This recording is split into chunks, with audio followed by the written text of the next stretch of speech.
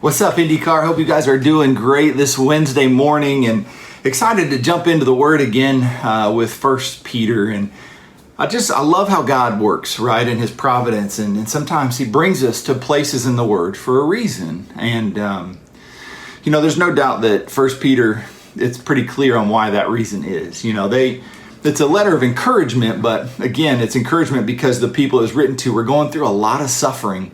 There's a lot of things happening in their lives, from friends and family being burned alive, persecution, all of those things. And so if you notice the common theme each and every week, Chuck even mentioned it last week, it is suffering. And, the fact is, we're not going to live a life free of suffering. We are in a broken, fallen world. Suffering is all around us. And it's not about living a life free of suffering. It's about living a life with purpose, that there's purpose in our pain. There's purpose in our suffering. But, there's a couple of different kinds. Some of that's external suffering, things that we just can't control, that we're going to experience. And then there's internal suffering. There's what I would consider a self-inflicted wound. And so that's where we're going to look at today as we jump into 1 Peter 4. In verse 16, it says, "Yet if anyone suffers as a Christian, let him not be ashamed." That when we suffer well, right, when we go through the fire and we suffer well, that God gets the glory. God gets glorified in that. And so, just as a reminder that as we go through the fire, let us suffer well. He goes on to say in verse 17, "For it is time for judgment to begin at the household of God. And if it begins with us, what will be the outcome for those who do not obey the gospel of God?"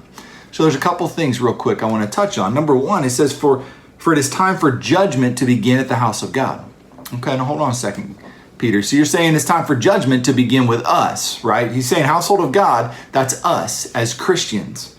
And so I did a little digging because I'm like, that kind of rubs me, not the wrong way, but it stood out. And the word that he used there is McKnight. And it means affliction, distress, severe trial to determine character. Severe trial to determine character. So when I read that, it kind of changed my perspective on judgment. Severe trial to determine character. And that reminds me of back in 1 Peter 1 verse 7, where it says, "So that the tested genuineness of your faith, more precious than gold, though it perishes, it is tested by fire, that may be found to result in praise and glory." That we're going to be tested. It's not that God is testing us. God is using the trials we walk through to grow our faith, to grow us as followers, to, like the word says, to determine character, to build character. And then to bring Him glory. And then it goes on to say, what will be the outcome for those who do not obey the gospel? There's something about that word obedience. Obedience. God has shared a lot with us in His Word. A lot of to-dos, a lot of don'ts. It's not a rule book. It is a love letter. But God warned us. There's certain things He put in place for a reason. There's certain parameters in life. There's certain rules. There's certain things because God knows what's best. And it's up to us to obey them, not to question them. And this is an area that I struggle in, to be honest with you, on multiple levels. I think obedience is, I kind of have that inner pushback. That's my sinful nature. That word obedience, it kind of stirs something in me. But the reason why I bring it up is it kind of brings up two kinds of suffering. We've got the external suffering, the things that we can't control, the things that just happen to us. You can just fill in the blank in the world we live in. There's tons of suffering. But then there's the self-inflicted wounds. And oftentimes that's because we weren't obedient. We didn't obey what God said, and we have to pay the penalties for that. Not because God's punishment, but rather because we live in a broken world, and there are going to be consequences for our sin. And so I say that to say, if there's one thing I think for us as followers we go through suffering, is to really watch our obedience in that season. Are we wounding ourselves? Are we causing suffering in our own lives? Are we doing it, or is it external? It goes on in verse 19. He says, "Therefore, let those who suffer according to God's will entrust their souls to a faithful Creator while doing good."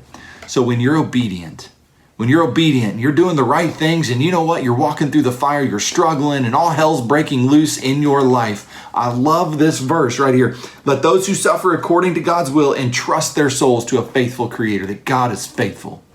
God is faithful. You know, in those hardest times, I want you to remind yourself, I remind myself, God is faithful. That He hasn't let go. He won't let go. God is faithful in the midst of suffering. So it's not about living suffering free.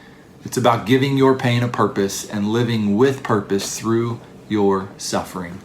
Hey everyone, I hope I hope you enjoyed it. I hope it grabbed your heart. I want to invite you to go back and read through God's Word. Just keep digging into 1 Peter. There is so much goodness there to mine out of this book. Love spending a few minutes with you. Have a great day.